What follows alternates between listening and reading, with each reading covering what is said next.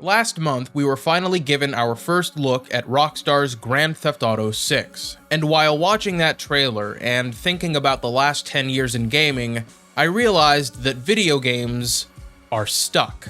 We're 3 years into gaming's 9th generation, but I'm not sure I've actually played a single next-gen game. You can certainly tell we're in 9th gen by the way games look, but not from how they play. In the last decade, it's been difficult at times to not feel underwhelmed when you play something and it's barely different than its contemporaries or games that are much older. Structurally, big games across multiple genres haven't changed in a very long time, and it seems like the industry is moving slower than it ever has to deliver experiences that define this new generation. I want to talk about all of the interesting reasons why that is, about how the formulas in the games we play have evolved, but they haven't necessarily become something new. We have next-gen visuals, we have next-gen quality of life and accessibility, and we definitely have next-gen prices. But today I ask, where is next-gen gameplay?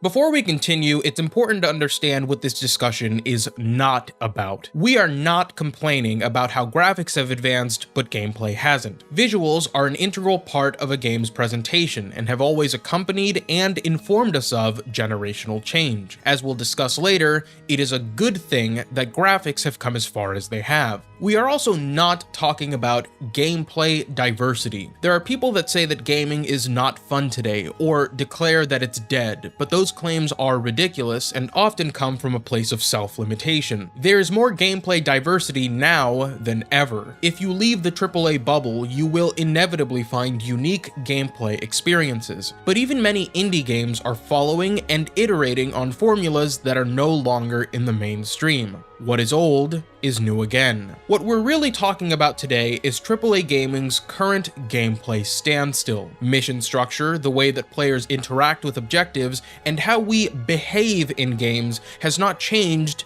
in over a decade. These aspects of games have been left in the dust over the years by advancements in presentation and storytelling, which has placed many games in a spot where they look and sound next-gen, but when you get down to playing them, they're just the same game you've played many times before. What we're missing today is a structural next step. And that brings us to some important questions. What does it mean to be a next-gen game? And what does change in games look like across generations? To understand this, we have to take a look at the past and compare how a genre iterates to how a genre changes. And there's no better year to analyze than 1993 and the release of Doom. Doom built on Wolfenstein 3D and delivered a scope and quality of gameplay unlike anything gamers had seen before. With Doom's success, we saw the birth of a genre, even if it didn't have a name yet. Games like Doom that were in the same perspective and used the same non-linear level design were simply called Doom clones. The Doom clone, or boomer shooters as we now lovingly refer to them as, peaked then with the build engine games, the most popular being Duke Nukem 3D. If we compare Doom to Duke, we see a very similar gameplay structure, but Duke added a voiced protagonist and numerous new interactive elements. This is how a genre iterates. It starts by using a known formula, and then it adds elements that create its own identity. The Doom clone finally became the first-person shooter with the release of games like Quake, Unreal, and Half-Life. It's worth noting that while Quake was a fully 3D game, its gameplay was still fairly derivative of Doom's, and it wasn't until Half-Life that we saw structural change to shooters. Where Doom dropped you into its levels to explore and search for keycards to progress, Half-Life told a story and started the player out by introducing them to its protagonist and world before plunging them into disaster. Half-Life was a next-gen game and is a shining example of how a genre changes. Scripted sequences, NPCs,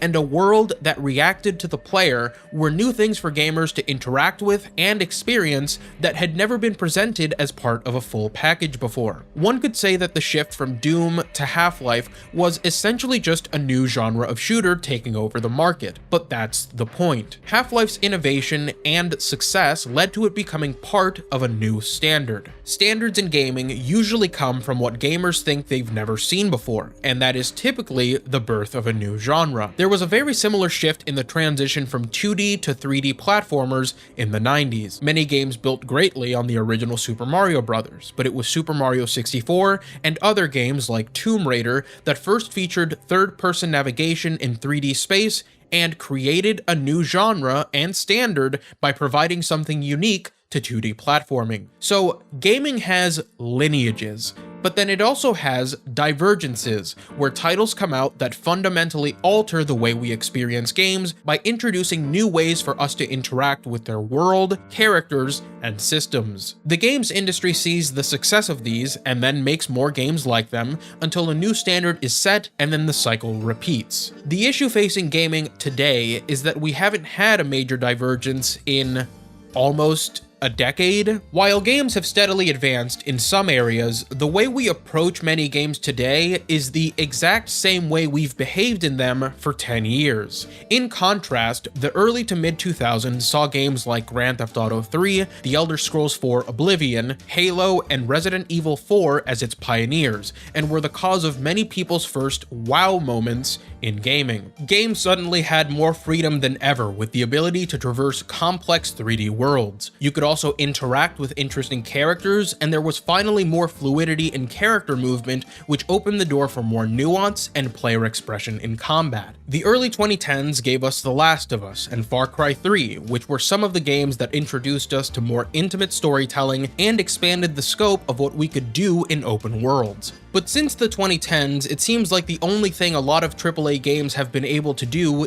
is iterate on the amount of features that these particular formulas offer. We don't really have a new formula. The games we play today are hyper-polished versions of games that have existed for many years, with the caveat of considerable advancements in presentation and technology. Now, presentation and technology are aspects of next-gen gameplay. Formulas themselves aren't the only important components of games. While we might not have new formulas, we have had many ways that games have presented themselves and shown off their technology. This is why I said it's a good thing that graphics have come as far as they have. Higher fidelity visuals, realistic or stylized, contribute greatly to how successful a game's presentation and tech are in immersing us. But what happens when a game doesn't even have new presentation or tech?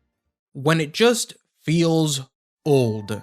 Outdated is a word that's thrown around a lot in games discourse, and I want to talk about what that really means and how it factors into what we expect from a next-gen game. In 2023, gaming's best example of something that was utterly outdated was Starfield. While there is a lot to like in Starfield, it is also, unfortunately, as old as dirt. In my time with the game, I was genuinely baffled by its lack of ambition in regards to how we interacted with its world and characters, especially in comparison to last year's other heavy hitters like Phantom Liberty and Baldur's Gate 3. When new standards are set in gaming, we really don't like going backwards, because we feel like the new standard is better for our immersion. Starfield is a game stuck 15 years in the past, and this is immediately obvious with its presentation of NPCs. Games have started to move on from quest givers staying in one location for the entire game and having no agency to speak of. Today, we still largely do the same things in quests, but how they're given to us is a lot more dynamic, and NPCs have a much larger variety of expressions and states that you can find them in. In Starfield, when you speak to NPCs, they just stand there and sway in the same way that characters have swayed in every Bethesda game. Compare this to the free reign that Cyberpunk's NPCs have while speaking to you. You'll feel better any second now. V, something stinks here. Think she's fucking with the relic. How in the... All true, Johnny. But don't you fret. We're both safe. Nah, fuck Both off. of us on the biochip protocol at once can trigger shocks for V, like you just saw now. Gotta cut you off. What For your safety, for easy.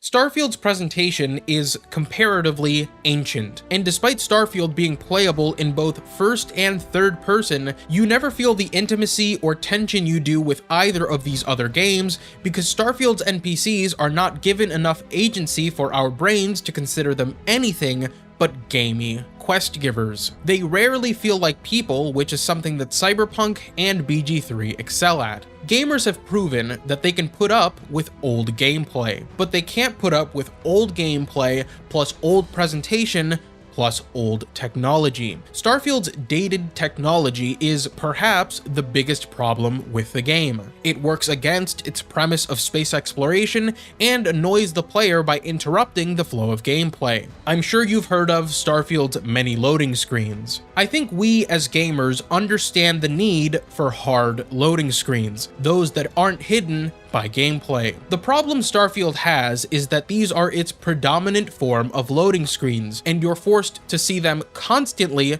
just to play the game. When you're playing Cyberpunk 2077, you're immersed because every place you can enter is somewhere you can go without having to wait for it to load. We have to give our consent to see a load screen in the form of the game's fast travel, and it's a choice we consciously make and agree to, as opposed to Starfield where you're given no choice but to interact with them because they're built into all aspects of travel. Starfield's loading screen complaints aren't complaints about the mere existence of them. They're about the game incessantly breaking the player's immersion with their abundance and poor implementation. For example, in Starfield, you can fast travel to the Constellation base on New Atlantis, except the game doesn't fast travel you inside. It places you right in front of the doors. So you see a loading screen and then walk 10 steps to see another loading screen. This is outdated. When people talk about something being dated, they really mean that something is not to immersive standards. The industry has come up with clever ways to mask loading that keep us immersed, so Starfield not even trying to hide its large number of them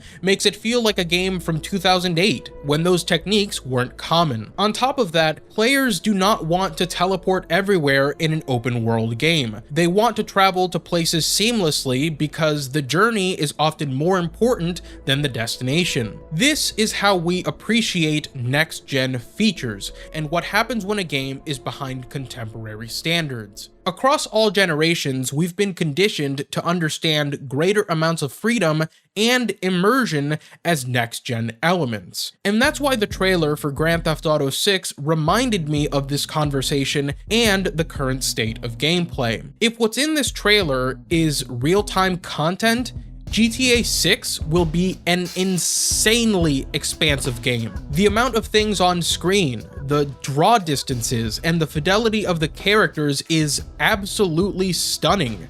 But all of that will be severely undermined if Rockstar doesn't change their design philosophy regarding missions and objectives. Some of the biggest complaints with Rockstar's last two games, GTA 5 and Red Dead Redemption 2, are that they have very restrictive mission design. Their sandboxes are phenomenal, but when you get to the linear missions that progress the story, you have to play them the way Rockstar wants you to play them, and diverging from that in any way results in failure. Many people call this outdated, and I refer to it as restrictive. So which is it?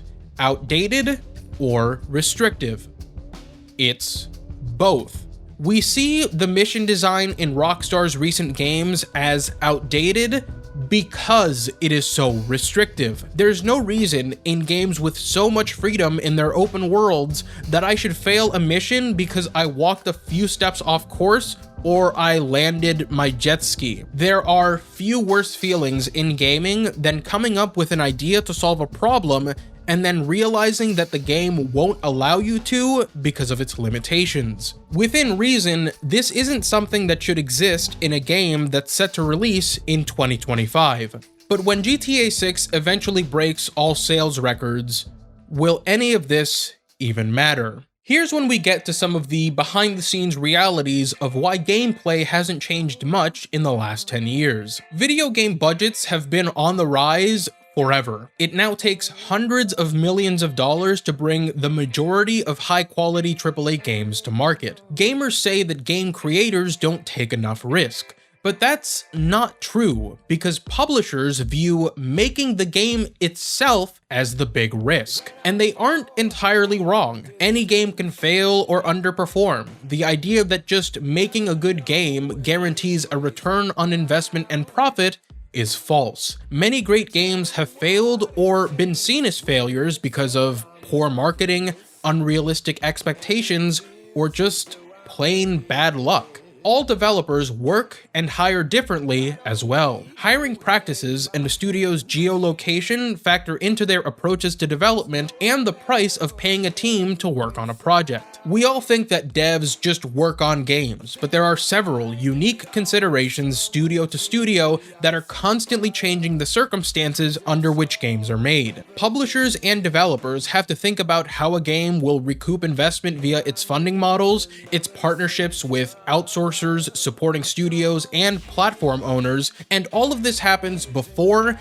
and during the production of a game, at which point anything can go wrong even if the game is following a safe gameplay formula. You'll see a common thread if you investigate the development of many bad games. Usually, the developer tries something new that just doesn't work, but before they can realize that, they're too deep into development to change much. This leaves us with a bad game full of half-baked systems that don't mesh with each other. Publishers have understood this for quite a long time, and one of the reasons we have not seen an appreciable change in gameplay this generation is because following a formula that has been proven to work is much more safe and involves less risk than trying something new that could affect the quality of the final product and how much money is necessary to complete it. Technology in video games needs to advance, and new forms of presentation are more straightforward to implement than new gameplay systems. This is why both those elements of games have advanced, while core gameplay in many genres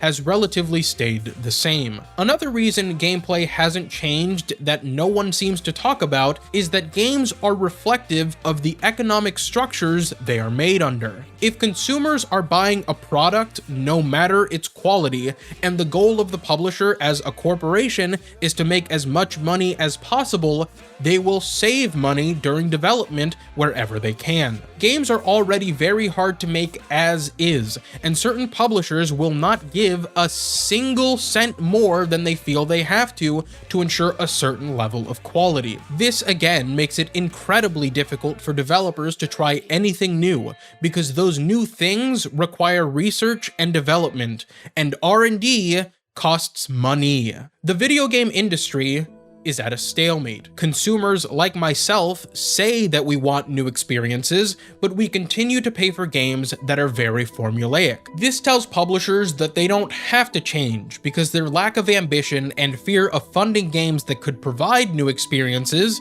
has not adversely affected their earnings. And this is ultimately why this is such an interesting conversation. The games that have come out over the last 10 years are still great. Just because some games haven't changed doesn't mean they aren't fun. Not every game needs to break the mold, and across history, most games haven't. There's absolutely nothing wrong with enjoying a video game for what it is. What concerns me is that if we never have that generational leap, will we eventually get tired of games?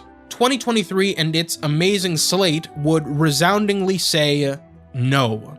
But what will 2026 say? What will 2030 say? We feel things like genre and franchise fatigue, but will there ever be game fatigue? I'm going to be optimistic and say no. The industry is full of too many creative people for this to happen, and I'm confident that they will eventually find a way to deliver the complete next generation package. I can't wait to see how developers achieve this under modern confines, how they might balance technology and design to push gameplay forward. Like I showed with Cyberpunk 2077, it's already happening, but I think we're overdue to see the true next step. Will that be Grand Theft Auto 6?